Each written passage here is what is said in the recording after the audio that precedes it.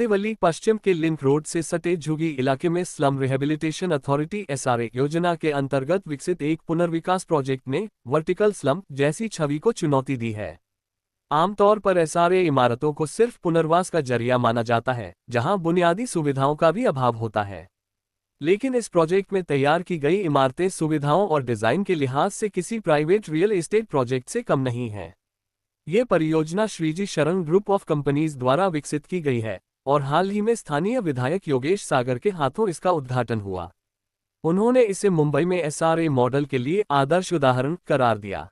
Building बनाई गई है, इस संबंध में क्या संदेश देना चाहेंगे मुंबई वासियों को? देखिए, संदेश तो मुंबई वासियों को मैं अभी श्रावण नगर सहकारी गृह निर्माण संस्था एकनाथ नगर कांदिवली वेस्ट में खड़ा हूँ।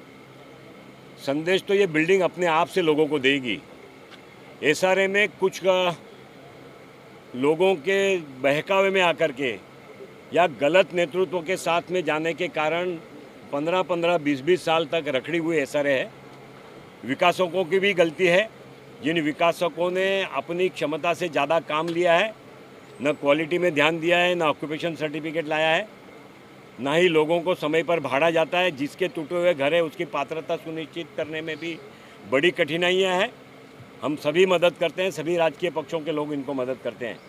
उसके सामने एक ऐसा प्रोजेक्ट खड़ा करना जिसके रिहेब बिल्डिंग में लोगों को 3000 स्क्वायर फीट का एक हॉल मिलता है, एक फ्लोर पूरा पार्किंग के लिए कार पार्किंग को मिलता है, एक फ्लोर मोटरसाइकिल पार्किंग को मिलता है, एक व्यायामशाला जिम्नेशियम अपग्रेड जिम्नेशियम मिलती है, एक लोगों को बाहर से आने वाले मेहमानों के लिए एक फ्लैट रुकने के लिए मिलता है, ब्यूटी पार्लर बहनों को व्यवसाय चलाने के लिए ट्रेनिंग सेंटर के लिए मिलता है, एक हेयर कटिंग सैलून जैसी फैसिलिटी वहाँ पर उपलब्ध होती है।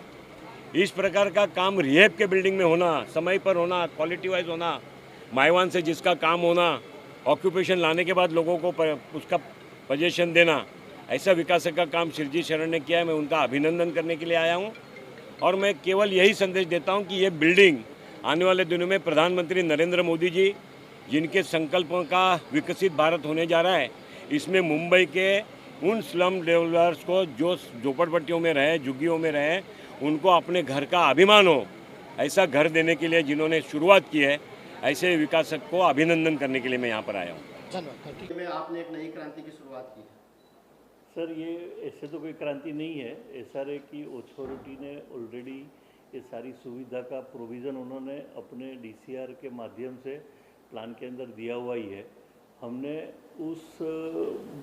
उसका प्लानिंग का फ़ायदा उठाते हुए ये पूरे एसआर जो एमिनिटीज़ है उसको डेवलप किया हुआ है। तो ऑलरेडी एसआर की अथॉरिटी के प्लान के अंदर ये चीज़ था ही, तो एक ये शुरुआत है कि जिसको हमने डेवलप करके दिया हुआ है। नॉर्मली एसआर की बिल्डिंग मैंने भी जो 1-2 पहले बनाई तो हम ये सुविधा का रूम बना के छोड़ देते थे। तो पहली बार ऐसा हुआ है कि भाई इसको हम डेवलप करते हैं ताकि लोग एक्चुअल इसको वापर सकें। क्या क्या सुविधाएं यहाँ पे सर है एसआरए की बिल्डिंगों में, जरा उसके बारे में हमारे दर्शकों को बताइए। जैसे जो एसआरए अथॉरिटी ने अलग अलग महिला वेलफेयर का प्रोविज़न किया हुआ है, युवकों के लिए एक प्रोविज़न किया हुआ है, बच्चों को पढ़ने का प्रोविज़न किया हुआ है, तो वो सारी जो सुविधा का फ़ायदा लेते हुए हमने एक आइसोलेशन रूम दिया हुआ है कि जिसमें जो कोई परिवार के घर में कोई लंबा बीमारी है, तो क्योंकि एसआरए के घर छोटे होते हैं तो घर पूरा डिस्टर्ब होता है, तो उस लोगों के लिए एक अलग से आइसोलेशन सेंटर जैसा बनाया हुआ है ताकि वो घर के बिल्डिंग के अंदर ही रहे, वहाँ पे वो आराम कर सकते हैं और परिवार को भी ज़्यादा तकलीफ स्ट्रेस नहीं लेना पड़े।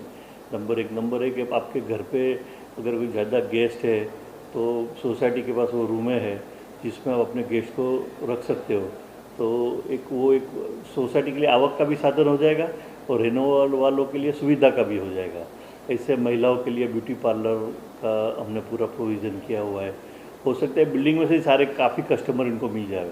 यहाँ की बच्चियाँ जो भी ब्यूटी पार्लर जानती है वो बिल्डिंग से भी ऑर्डर ले सकती है, प्लस अपने बाहर के कस्टमर को भी बुला सकती है। ऐसे ही खाने बनाने की जिनको ज़्यादा कौशलता है तो वो अपना ऑर्डर लेके, अभी छोटे घर में बनावे तो एक तकलीफ़ होता है करके एक अलग से उनको भी कम्युनिटी किचन दिया हुआ है कि वो उस सुविधा का फ़ायदा उठाते हुए वो अपना हुनर के हिसाब से हर एक अलग अलग चीज़ बना के बेच के एक कमाई का साधन जरिया कर सकती है।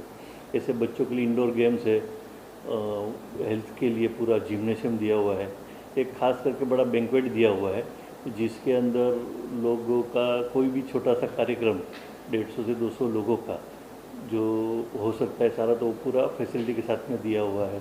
प्लस सबसे बड़ा, जो भी हस्बैंड वाइफ दोनों जॉब करते हैं तो वो अपने बच्चे को कहाँ छोड़ के जावे, अगर न्यूक्लियर फैमिली है तो उनके लिए भी एक यहाँ पे पालना घर जैसा एक व्यवस्था किया हुआ है कि वो अपने बच्चे को वहाँ पे छोड़ के जा सकती है।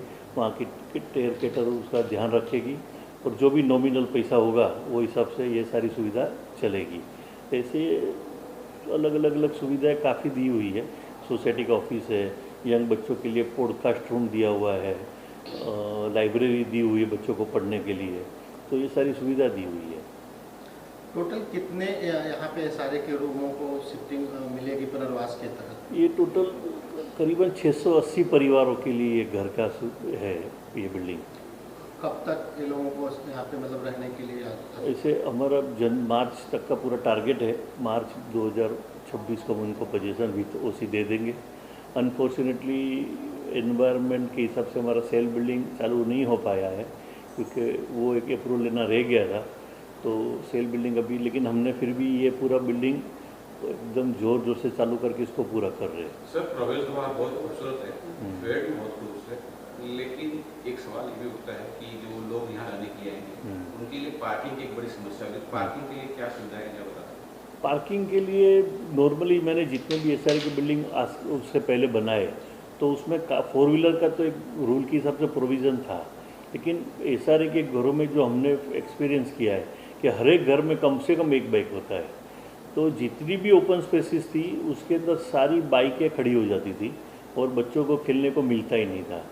तो इसमें फिर हम लोग ने एक पोडियम पार्किंग दिया हुआ है जिसमें ग्राउंड फ्लोर में सारी 4 व्हीलर पार्किंग रहेगी और फर्स्ट फ्लोर में सारे बाइक की पार्किंग की सुविधा की हुई है ताकि 680 परिवार के घरों के बाइक वो पूरे फर्स्ट फ्लोर पे आ जाएंगे और जो सराउंडेड एरिया है, ओपन स्पेस है, उसमें बच्चे लोगों को आउटडोर गेम खेल सकते हैं। मैं अभी एक सैंपल फ्लैट देख रहा था, बहुत अच्छा लगा मुझे।